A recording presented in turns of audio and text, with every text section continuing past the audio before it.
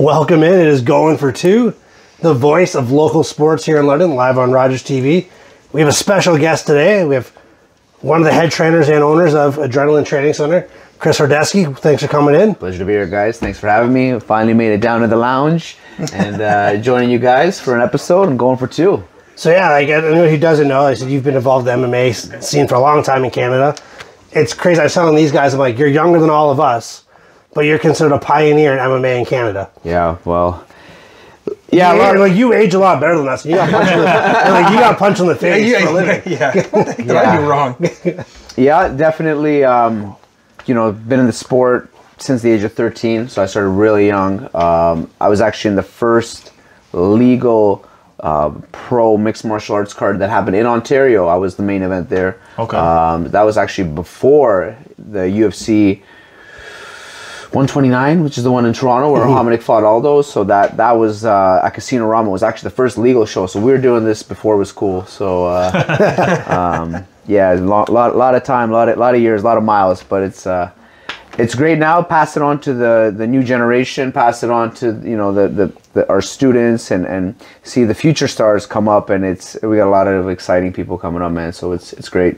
So like I said, you were one of the owners of the Adrenaline Training Center with Stan Stout and Mark Horodecki. Absolutely, yep. You guys have been in London now. How long? I know you've been training in London your whole life, correct? But how long has Adrenaline been around for? So Adrenaline is a product of what our coach, Sean Tompkins, was actually his birthday not that long ago, a few days ago.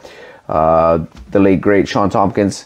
In 2011, he passed away, but he lived in London, Ontario, and in 2008, he basically made the move full-time to be an instructor in Las Vegas, Nevada at the Extreme Couture Gym with Randy Couture. And he was training a lot of the high-profile athletes there, Randy Couture, Vitor Belfort, Vanderlei Silva, a who's who of MMA stars. He was there. He was in the corner. So when he made that full-time commitment to live in Las Vegas, he basically left us this gym. So we took it, we moved locations, we made it our own, and it was called Adrenaline, the home of Team Tompkins. And to that day now, a few locations moved forward. We're in our full-time, our lifetime spot now on 716 York Street in London, Ontario. But that is, the product of what our coach has passed down to us and what we are passing on to the future generation. And what's crazy is I wasn't big into fighting or anything until like recently during COVID. When COVID took over and we had UFC, that they were the great matches to watch kind of thing. So I never watched fighting prior. However, Adrenaline was a name that like everybody knew in London. Like it didn't matter if you were in fighting or not. You knew there was a place downtown that you can go and figure out where to fight kind of thing, right? Yep. No, we're definitely like the London's, I would say, the original MMA gym in the city. There is a lot more now, and just naturally that's how it's going to be. Bigger, the city's gone bigger. I think it's in the last 10 years has gone up by 100,000, if not more. So yeah, there's more people in the city, but we're definitely I would say like the front runners of the original crew, and it's kind of unique because you guys probably see this in all different types of athletics too. There's people, they jump from team to team and they change their coaches. They change their training partners, but we've been pretty fortunate that it's been the same crew, the same solid crew. We've been going on over 25 years now. Wow. Yeah. Yeah, and so you said you started when you were 13.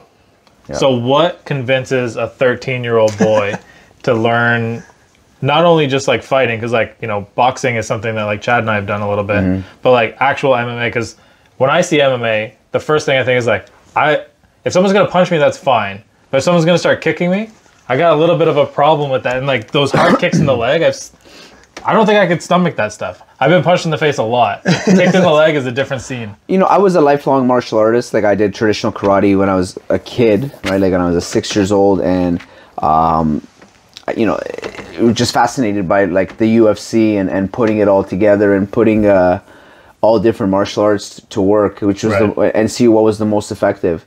And like I said, we were really doing it before it was cool. It was an underground thing. It was very much style versus style. Even at that point, everyone knew a little bit how to grapple and a little bit how to strike, but definitely you saw styles were more prominent. Of one style had one person had a much more stronger fit in one style, right? So it's changed now. Now it's a complete game. It's the full package. The athletes are better.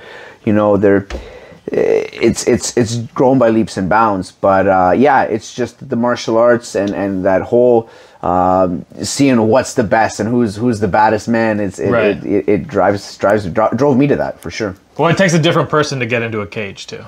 yeah, definitely. You know, and you guys boxing and all this. You know, you're limiting tools, right? Like you're taking away the knees, the kicks, the elbows, the ground fighting. Right.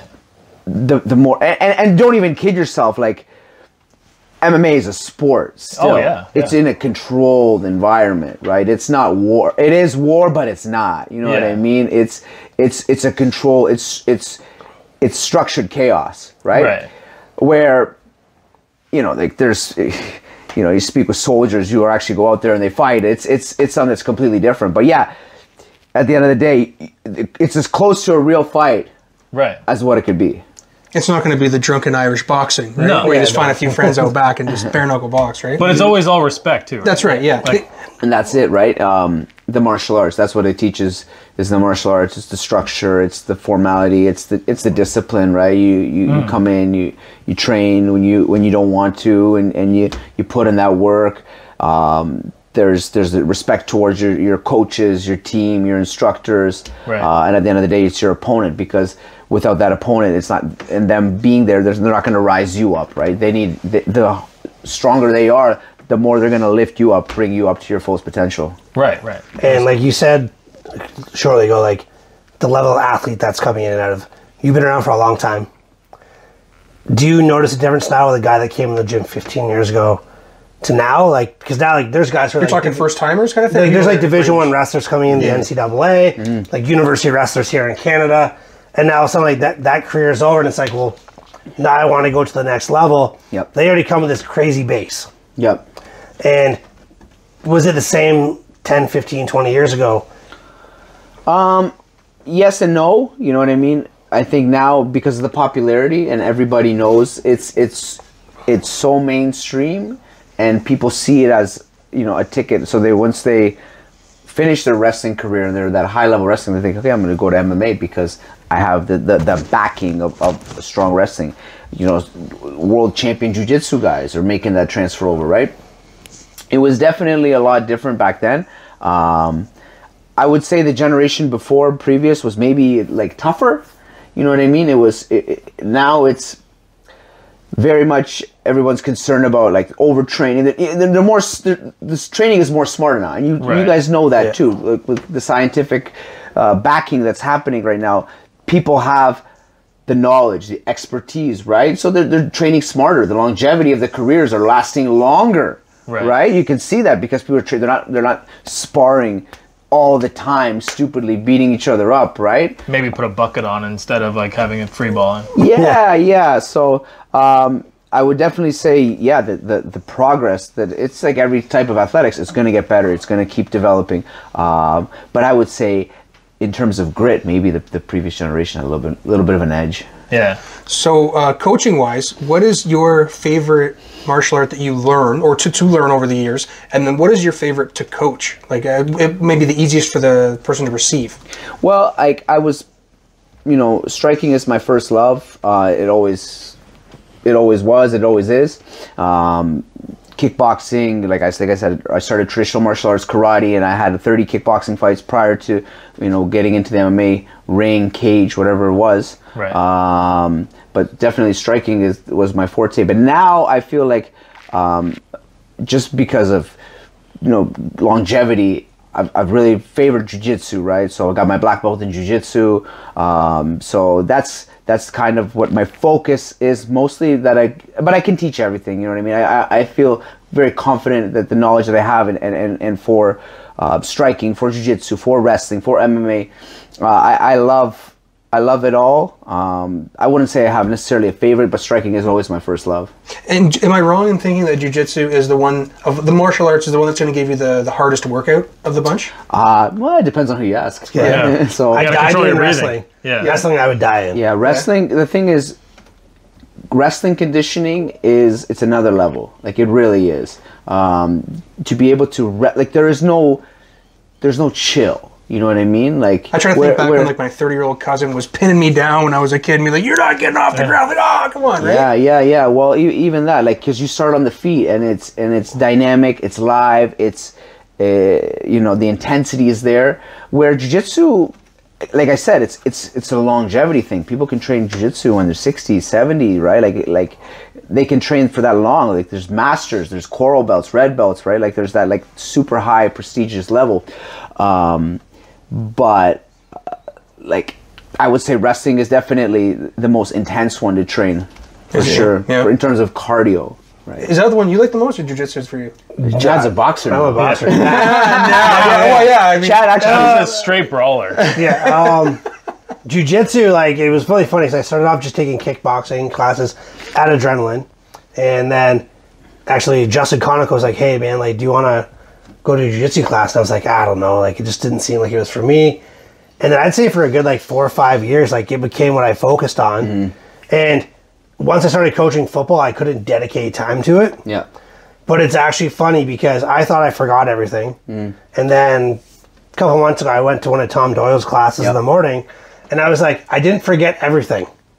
And as another like man going against another man, knowing that you can impose your will on somebody, like just the average person on the street, like, all right, I got this. The confidence that I had just from doing that alone. You weren't kidding with that brawler title, were you? But like, I mean, like, you know what I'm trying to say, right? No. Like, it's knowing you can, like, no matter what situation you're ever in life, like, oh, like, I thought I forgot all this stuff, but it came back second nature. And I'm nowhere near a black belt. Like, I'm not that level, like, at that level of jiu-jitsu. But just knowing a certain level of grappling was a really cool thing. Yeah, it's just having, it's something that almost like everybody should learn. Every like kid should learn for like self-defense.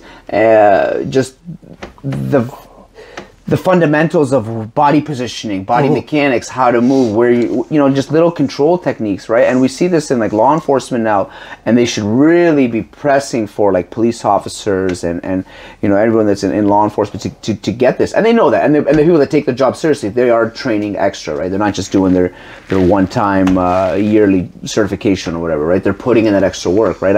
I know many police officers in the city of London that get on the mats daily with us. So yeah, just knowing how to manipulate someone, how to control their head, where to put your hand, where to put their elbow, where your head should be, all that stuff. It plays huge. It gives its dividends in when you're fighting someone that doesn't know what they're doing. And you did all that for your bouncing career back in the 20s, right? And it's funny, I had no idea. So I always laugh because I used to think I was tough. I was a bouncer. They just like the reputation, you think you're tough. And I walked into Adrenaline at 2009 maybe, and I realized I knew absolutely nothing. And I got schooled. I couldn't throw a punch to save my life. If someone grabbed me, like I had no idea what to do. And it was just one of those things where it was so humbling, I guess is the best way to put it. But the nice thing about Adrenaline was that there was no ego. Everybody wanted you to get better, and everybody wanted you and that's why I kept going back. Yep. And it was a really cool thing like that. Now, an Adrenaline guy is finally here, so I can finally ask the question I've been holding on to for a long time, which is, Chad and I sparred a lot. He got me ready to fight in my first amateur fight, which was in the Fight to End. So I sparred a lot with him. Right. And every single sparring session, he tried to throw a Superman punch at me. So I want to know who convinced him that a Superman punch, because he got me the first couple times, but after, like we did this like 30 times, eventually I was like, okay, fine, like I'll just get out of the way. Yeah. But like, who taught this guy how to Superman punch? I don't know. Who did teach you? But probably Chris Clements. He teaches the Superman punch before he throws the jab. Yeah. So.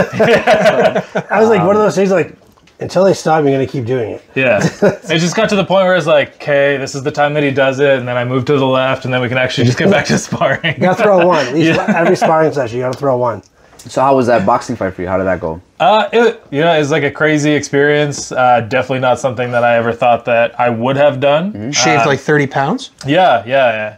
And somehow like still kept it off, but like the training that you get, you walk into a gym. I had never been in a fighting gym in any sense.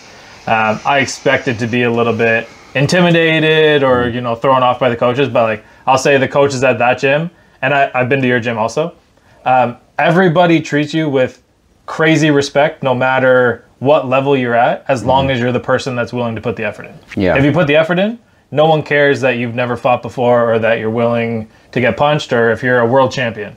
If you're not willing to put the effort in and the work in, no one will work with you. Yeah. Well, boxing, the martial arts definitely teaches you humility, right? Because there's always somebody that's tougher than you. Oh yeah. There's 8 billion people in this world. There's always somebody who can stand you up, right? So like that's the kind of sense it teaches that humbleness that you need that, right? Not everyone has that, but eventually you will learn, right? Yeah, and it was great to be in it, and like first time you get punched in the face, you never realize how hard it's going to be, and then you kind of get used to it, and you get a little bit more agile in the ring. It's the fear of the unknown, right? Yeah. It's everybody thinks they know how to fight until they get punched in the face, right? And if you don't train for it, it's such a foreign concept to people, right? But if you make that normal, you make yourself comfortable with the concept of, okay, I didn't die, right? Okay, I'm still here. So, okay. Then I can learn, okay, maybe I should be moving my head a little bit. Maybe I can pull, maybe I can slip, maybe I can move around, right? So it's just, that's the big thing is people fear the unknown. And when they start sparring, it's a concept that just mind boggles them. But then once they start practicing and once they don't quit after the first session, they get better. I said to the boys at Boomers, and I'll say it to you, it must be an absolute trip that you guys, maybe not in adrenaline as much, maybe not as many newcomers there, but you get the opportunity to hit most people for the first time they're ever going to experience in the face. That's going to be quite the trip for you, right? Well, not for me. I don't really... It's just second knowledge to you now, No, right? I know it's not really that. Like everything that we teach at our gym is structured, right? We have a system that we've brought up people and structure that we don't let people just get in and fight, right? Because that's not what we want. Yes, this is a chaotic situation, but we want to make it comfortable, right? So there's a progression of that, right? First of all, you have to be physically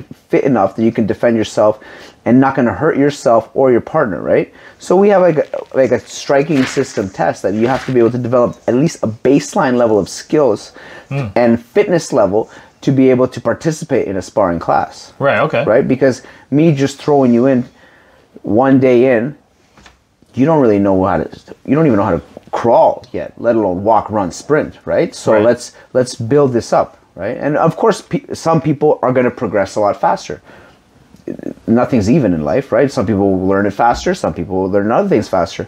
And that's why it might take someone 3 months, 6 months, a year before we feel they're confident that they can jump into a sparring class. And see, that is such again, somebody who's not in the sport at all. I look at a sport like football, hockey. Hockey, you can't hit a kid. You got to do check until you're 15 years old. Talk about structure, right? So, like, where it's very, very organized. And I just, from the outside looking in, until I started talking to you guys in shows like this and talking to Chad, I thought it was a lot of just go out there and get hit. And if you got a guy that walks in your gym that has a huge ego, let him get hit a couple times. That ego's going to be gone. So you're saying that it's a slow burn of that ego before they're going to get into that octagon. Oh yeah. And feel So it, right? there's like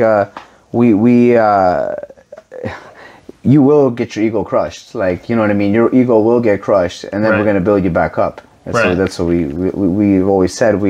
We'll break it down and we'll build you up. You know, the Team Tompkins way is what we used to say. So that's what people need. They need that humbleness, right? And then their thought process will change, right? They'll start being a little bit more respectful. They'll start, being more respectful to the coaches, to their teammates, because they know that they will get humbled. And you have some people that have been putting in the work and getting this way, and we're going to lead into the event that you're hosting. Yep. And you're hosting the event April 6th? April 6th. This is the Adrenaline Exhibition Series.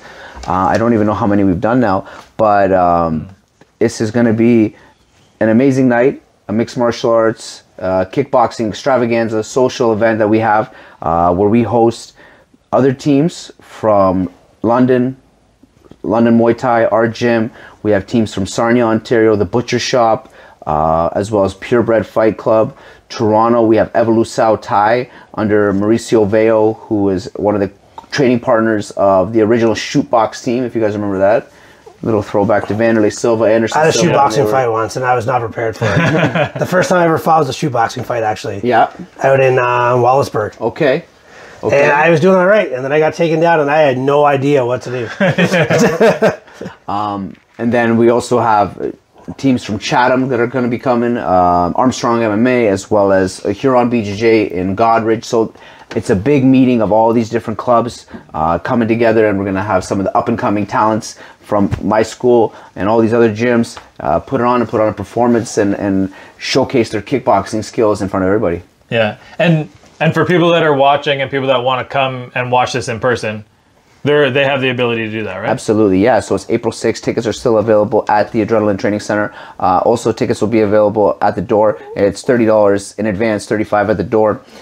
Doors open 4 p.m. Fights start promptly 5 p.m. And it's going to be a great time, guys. Some of the top up-and-coming prospects, Liam North, one of our up-and-coming, he's a world champion karate standout. He is a young kid. He's super young. He's only like 19 years old, but he's got so much potential, and he's going to be up going against Mo Ertugrul from London Muay Thai, another guy who's been cross-training with us, but they're going to put on this excellent exhibition match.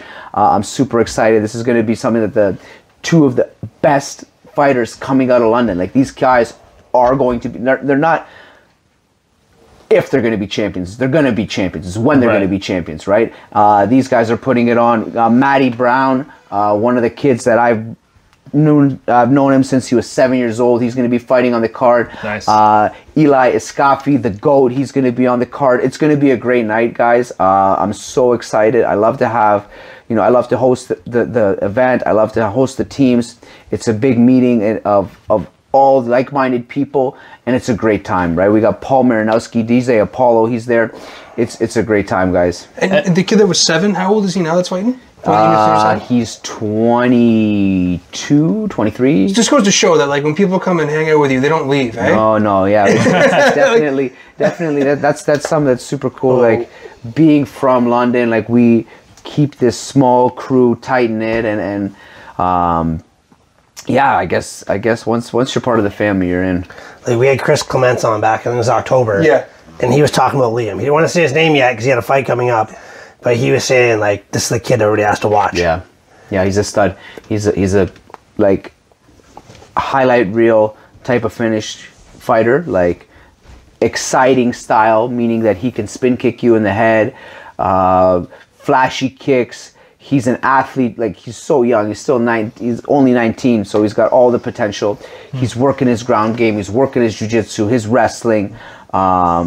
His MMA career in future is very bright, but right now he's still going to be putting it on the line build up his amateur experience in kickboxing. So for amateur MMA, are you padded? Like, you're padded helmet, padded feet? So all our exhibition matches are amateur kickboxing. Yeah, okay. So fought under K1 rules. Yeah. So that's 16-ounce gloves, headgear, shin guards, mouthpiece, cups, the whole deal. Yes, and just stand up.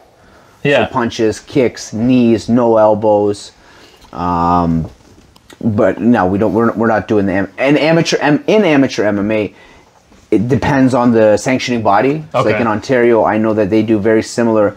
They have padded shin guards with this thinner cloth shin guards plus the thicker MMA gloves. Okay. No headgear. But if you go to different regions and different areas of the country, like in the States or in the East Coast, West Coast, they have different rules, right? So it depends on the sanctioning body. Okay, and how many fights do you have scheduled right now? So right now we're at 18 fights. Okay. That is a full. So it's an evening. It's an evening. It's a great time. You got a prelim and a lamb and a main card and and we also have some of the best food on site. Meat Candy. Okay. It's London's #1 food truck. They're going to be on site there.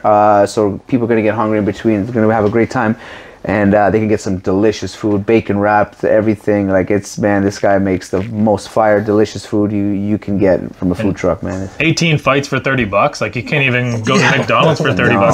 So if you're looking for a way to get out for a Saturday night, that's a nice cheap date night, isn't it? Yep. And it's nice too because we make it nice and early in the early evening, so 5 p.m. start. So we'll be wrapped up by 8 o'clock. You can still do whatever you want to do on your Saturday evening. Right. One more. You don't compete anymore, right? No. My last fight was about 7 years ago. But right now, just focusing on coaching. I also work, so my life is quite busy as an owner, as as a coach. So right now, I just focus on that. I've done my miles, so I still train all the time. I still compete in jiu-jitsu. You look like you could fight. Like when you walked in here, I was like, oh, did the ears give it away? No, because he was at the back door. I just saw like a guy like covering the whole window. I was like, oh, I just didn't know if it was, you get to a level where you've had a few fights. You're obviously a very talented fighter. Do you just find a buddy that you can still just go toe to toe with because you still need to get that itch off, or are you completely at the point you said you have the miles done? I just grapple right now. I just focus on grappling. I just keep my head.